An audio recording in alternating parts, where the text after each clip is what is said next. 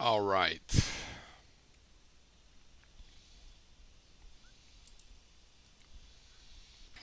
All right. So I'm going to help some conspiracy theorists out with a little conspiracy fact project here. We have at least one episode. This episode, welcome to it, entitled The Project for a New American Century. I'm really shocked how few people know about the Project for a New American Century. And you're telling me about conspiracies in which you might as well base it on some fact. Like if somebody was telling me, hey, look, this organization's doing this kind of thing.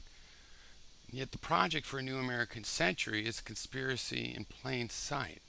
But I will argue that this does count as a conspiracy unless your idea of a conspiracy theory only applies to things we never learned about. Things, no. Conspiracy is people plotting together to force something through which might be ulterior. Okay? All right. Summer of 1997, PNAC publishes its Statement of Principles.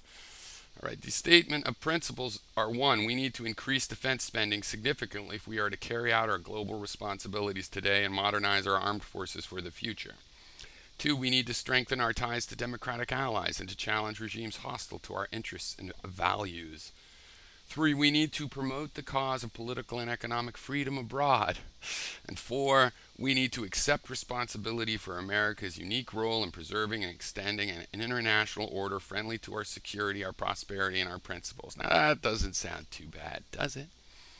Well, unless you understand geopolitics and America's role in the last century in geopolitics. And then the word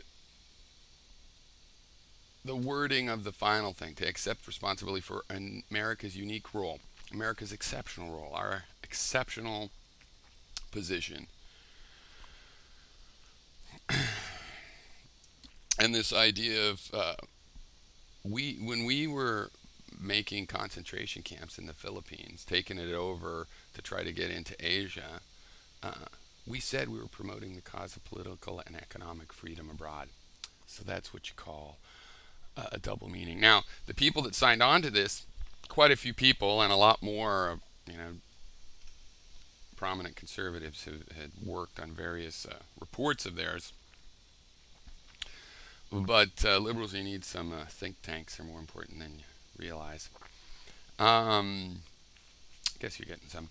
But anyway, those are the list of people that signed the Statement of Principles and founded PNAC. And I don't know, do you recognize any of these names? Elliot Abrams, Gary Bauer, Bill Bennett, Jeb Bush. Heard any of these guys?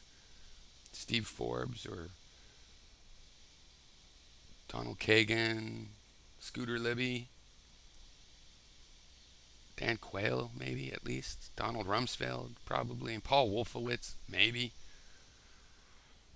Okay, 1998, they wrote a letter. In 1996, Wolfowitz asked for regime change. In 1998, they wrote an open letter, and by then, Clinton was on board, signed the law declaring that the official policy on Iraq was regime change, and the UN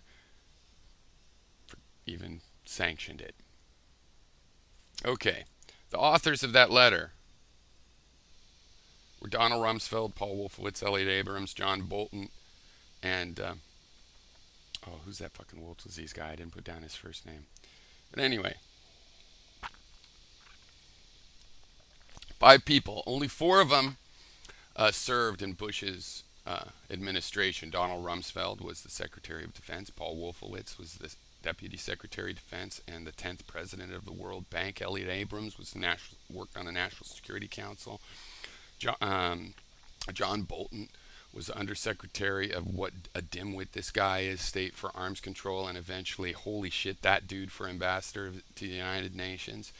And Woolsey, who did not work for Bush, had already been a director of Central Intelligence and head of the CIA. The result is that Clinton adopted the regime change, as I said, right? Through this project of theirs from 96 to 98, really, with the foundation of PNAC. marking it really going. More interesting, published September 2000 before 9/11. Rebuilding America's Defenses, Strategies, Forces, and Resources for a New Century.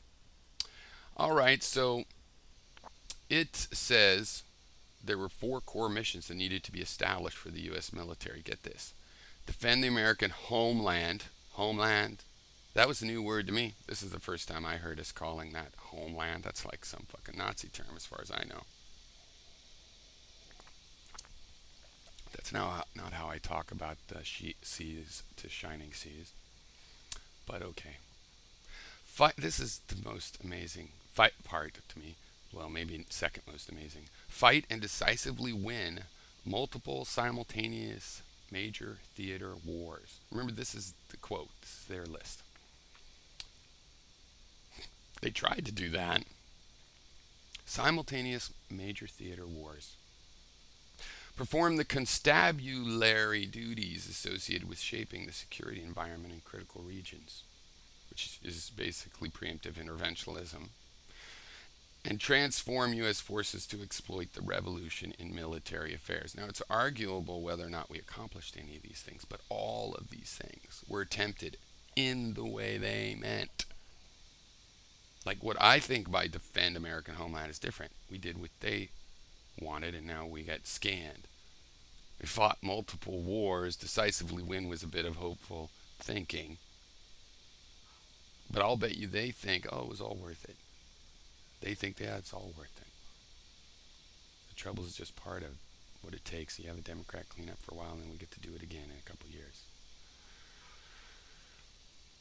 The New World Order. Hey, you conspiracy theorists, that's the whole point of having a constabulary de facto world government that's not the UN, but that is whoever controls the police of the world, which these guys thought we would be. And then downsizing the military, which is a Rumsfeld thing that when a Democrat's in office, they like to bitch at Democrats about. Now, in red here, very interesting part. Section 5 of Rebuilding America's Defenses, entitled Creating Tomorrow's Dominant Force, includes a sentence. Further, the process of transformation, even if it brings revolutionary change, is likely to be a long one, absent some catastrophic and catalyzing event in a week or two, like a new Pearl Harbor. So the thing is, we did those things. And you could say, well, that's just the think tank. They're just suggesting. No, but the point is, those were 2 stupid wars. We did them because they were multiple, not because it was a good idea in the case-by-case basis.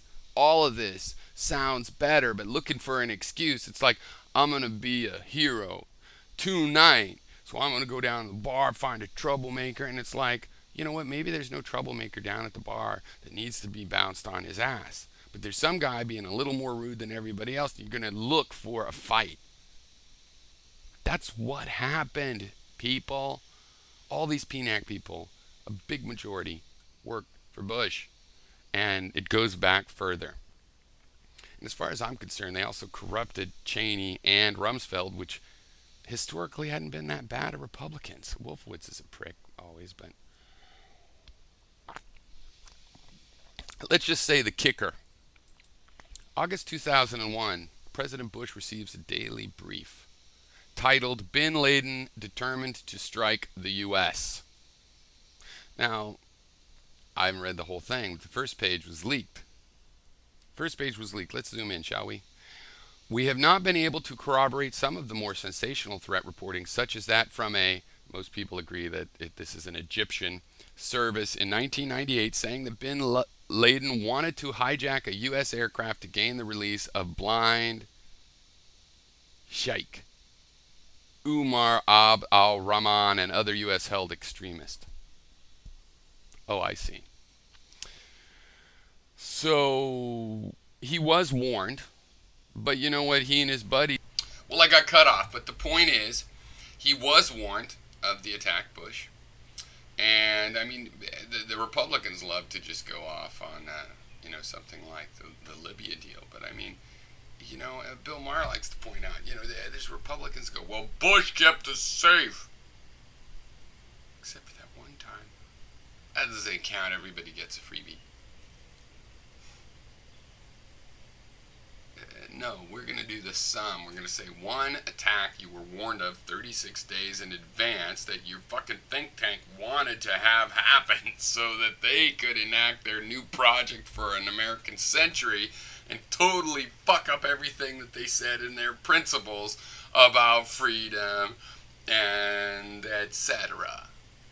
Yeah, when these guys use the word freedom, it doesn't mean what you think it means. Okay? Freedom means they're in control. They're free.